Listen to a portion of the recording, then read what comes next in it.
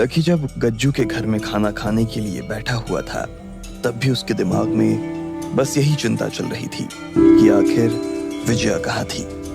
जब उसने इस बारे में गज्जू और शांता से पूछने की कोशिश की तो उन्होंने लकी की बात का कोई जवाब नहीं दिया। रात को जब लकी ने देखा कि गज्जू ने पूरे घर को ताला लगाकर चाबी अपनी जेब में डाल ली थी, तो वो और ज्यादा बेचैन हो गया था। नींद तो उसकी आंखों में दूर दूर तक नजर नहीं आ रही थी। ऐसे में वो अपनी जगह से उठा और घर से बाहर निकलने की कोशिश करने लगा। रसोई में पानी पीते हुए उसे गुड़िया दिख गई। आखिर में गुड़िया ने ही लकी की उसके घर से बाहर निकलने में मदद की थी।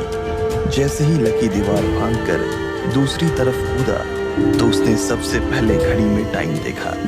11:30 हो चुके थे, यानी अब उसके पास ज्यादा टाइम नहीं बचा था। लकी तुरंत गुड़िया के कहे के हिसाब से पंचायत भवन के सामने आ गया और उसने देखा कि वहां एक गली जा रही थी। लकी उस गली में मुड़ा और जैसा जैसा गुड़िया ने कहा था वो वैसे वैसे रास्ते पर चलता गया। कुछ देर के बाद वो एक घर के आगे खड़ा था। उसे समझ में नहीं आ रहा था कि उसे घंटी बजा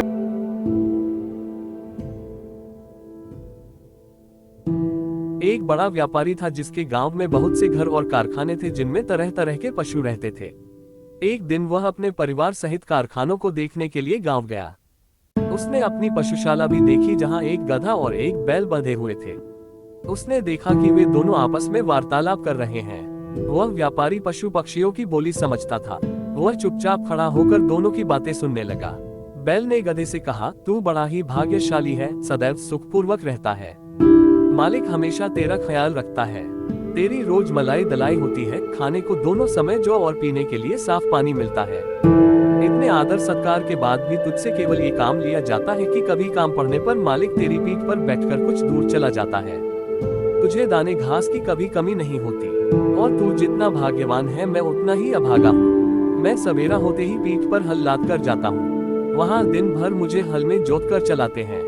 हलवाहा मुझ पर बराबर चाबुक चलाता रहता है। उसके चाबुकों की मार से पीठ और जुए से मेरे कंधे छिल गए हैं। सुबह से शाम तक ऐसा कठिन काम लेने के बाद भी ये लोग मेरे आगे सूखा और सड़ा भूसा डालते हैं जो मुझसे खाया नहीं जाता। रात भर मैं भूखा प्यासा अपने गोबर और मूत्र में पड़ा रहता हूँ और तेरी सुख सुविधा पर ईर्ष्या किया करता हूँ। गधे ने ये सुनकर कहा, ऐ भाई, जो कुछ तू कहता है सब सच है। सचमुच तुझे बड़ा कष्ट है, किंतु जान पड़ता है तू इसी में प्रसन्न है। तू स्वयं ही सुख से रहना नहीं चाहता। तू यदि मेहनत करते करते मर जाए तो भी ये लोग तेरी दशा पर तरस नहीं खाएंगे। अतः तू एक काम कर, फिर वे तुझ से इतनी मेहनत नहीं लिया करेंगे और तू सुख से रहेगा। बैल ने पूछा कि ऐसा कौन सा उपाय हो सकता है। गधे ने कहा, तू अपने को रोगी दिखा, एक शाम का दाना भूसा न खा और अपने स्थान पर चुपचाप लेट जा। बैल को ये सुझाव बड़ा अच्छा लगा। उसने गधे की बात सुनकर कहा, मैं ऐसा ही करूंगा। तूने मुझे बड़ा अच्छा उपाय बताया है।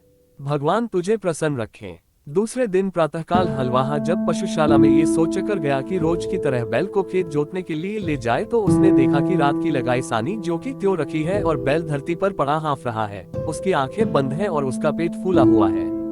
हलवाहे ने समझा कि बैल बीमार हो गया है और यह सोचकर उसे हल में न जोता। उसने व्यापारी को बैल के बीमारी की सूचना दी। व्यापारी यह सुनकर जान गया कि बैल ने गधे की शिक्षा पर कार्य करके स्वयं को रोगी दिखाया है। अतः उसने हलवाहे से कहा कि आज गधे को हल में जोत दो। इसलिए हलवाहे ने गधे को हल में जोतकर उससे सारे दिन काम लिया। गधे को खेत जोतने का अभ्यास नहीं था।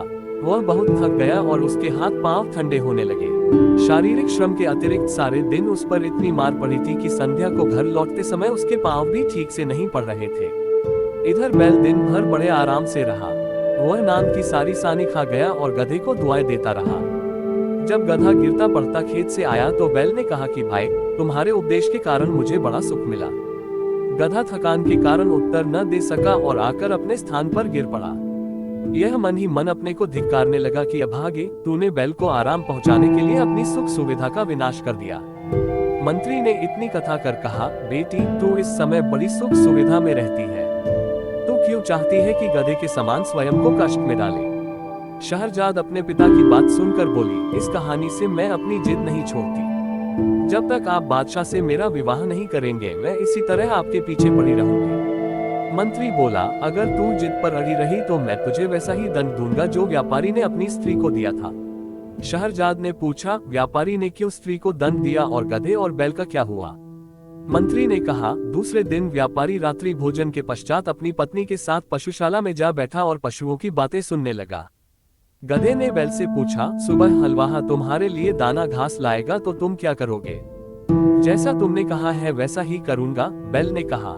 गधे ने कहा, नहीं ऐसा न करना वरना जान से जाओगे। शाम को लौटते समय मैंने सुना कि हमारा स्वामी अपने रसोइये से कह रहा था कि कल कसाई और चमार को बुला लाना और बैल जो बीमार हो गया है का मांस और खाल बेच डालना। मैंने जो सुना था वह मित्रता के नाते तुझे बता दिया। अब तेरी इसी में भलाई है कि सुबह जब तेरे आगे चारा डाला जाए तो तू उसे जल्दी से उठकर खा ले और स्वस्थ बन जा।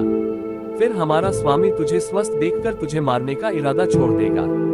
ये बात सुनकर बैल भयभीत होकर बोला, भाई ईश्वर तुझे सदा सुखी रखे, तेरे कारण मेरे प्राण बच गए। अब मैं वही करूंगा जैसा तूने कहा है। व्यापारी यह बात सुनकर ठहाका लगाकर हंस पड़ा। उसकी स्त्री को इस बात से बड़ा आश्चर्य हुआ।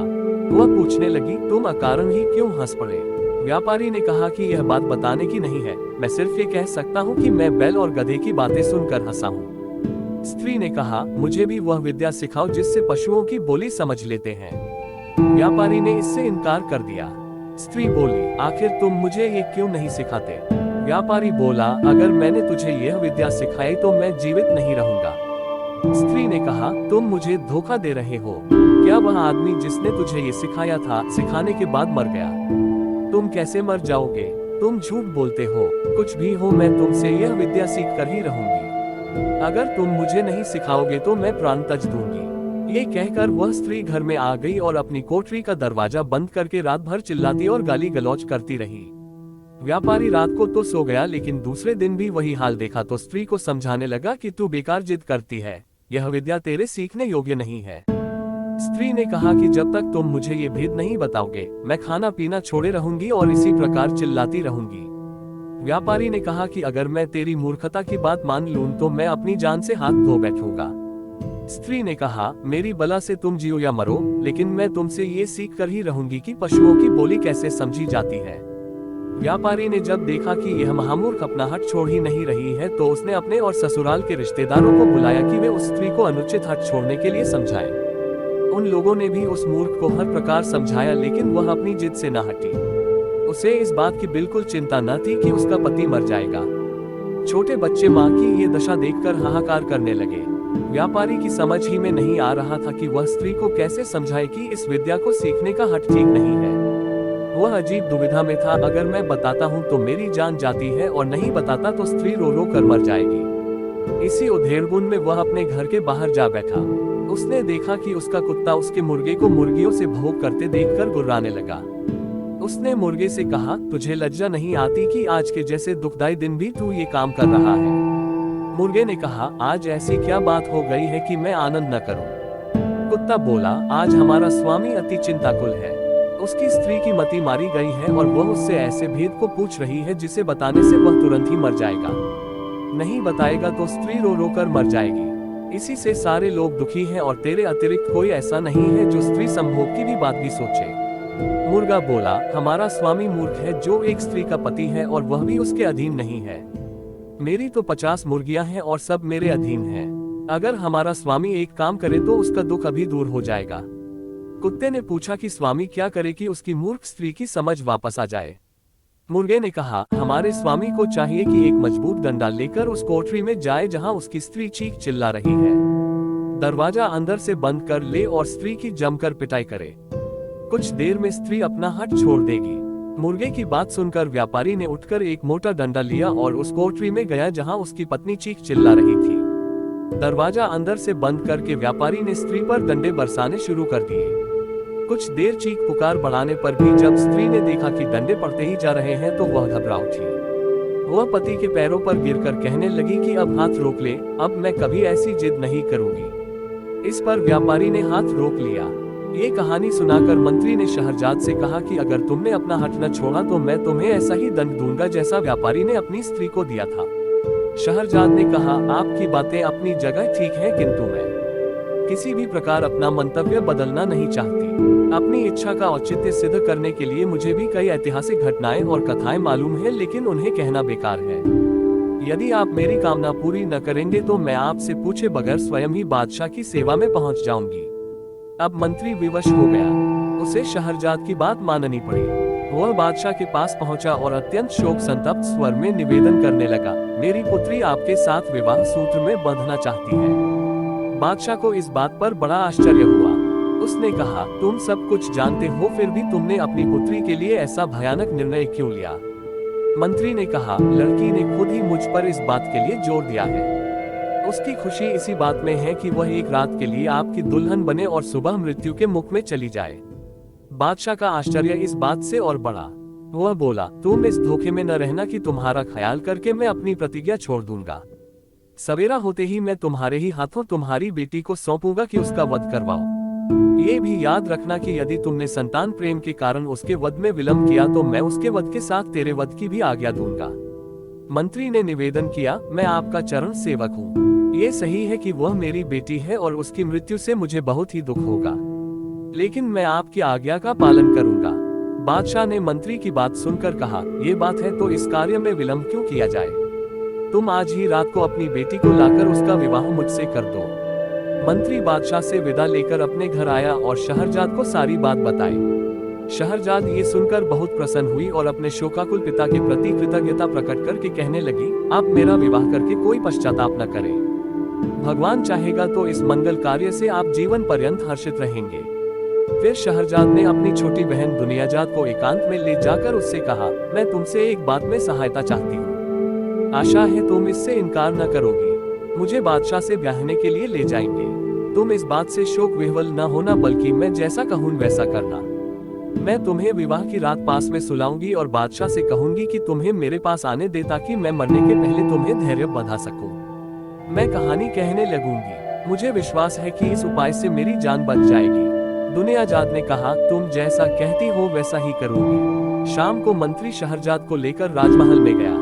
उसने धर्मानुसार पुत्री का विवाह बादशाह के साथ करवाया और पुत्री को महल में छोड़कर घर आ गया। एकांत में बादशाह ने शहरजाद से कहा, अपने मुंह का नकाब हटाओ। नकाब उठने पर उसके अप्रतिम सौंदर्य से बादशाह स्तंभित सा रह गया, लेकिन उसकी आंखों में आंसू देखकर पूछने लगा कि तू रो क्यों रही है? शहरजाद बोली, मेरी एक छोटी बहन है जो मुझे बहुत प्यार करती है और मैं भी उससे बहुत प्यार करती हूँ। मैं चाहती हूँ कि आज वह भी यहाँ रहे, ताकि सूर्योदय होने पर हम दोनों बहनें अंतिम बार गले मिल लें। यदि आप अनुमति दे तो वह भी पास के कमरे में सो रहे। बादशाह ने कहा, क्या हर्ज है? उसे बुलवा लो और पास के कमरे में क्यों, इसी कमरे में दूसरी तरफ सुला लो। चुनांचे दुनियाजाद को भी महल में बुला लिया गया। शहरयार शहरजाद के साथ ऊंचे शाही पलंग पर सोया और दुनियाजाद पास ही दूसरे छोटे पलंग पर लेट रही। जब एक घड़ी रात रह गई तो दुनियाजाद ने शहरजाद को जगाया और बोली, बहन, मैं तो तुम्हारे जीवन की चिंता से रात भर न सो सकी। मेरा चित्त बड़ा व्याकुल है। तुम्हें बहुत नींद न आ रही हो और कोई अच्छी सी कहानी इस समय तुम्हें याद हो तो सुनाओ, ताकि मेरा जी बहले। शहरजाद ने बादशाह से कहा कि यदि आपकी अनुमति हो तो मैं जीवन के अंतिम क्षणों में अपनी प्रिय बहन की इच्छा पूरी कर लूं। बादशाह ने अनुमति दे दी।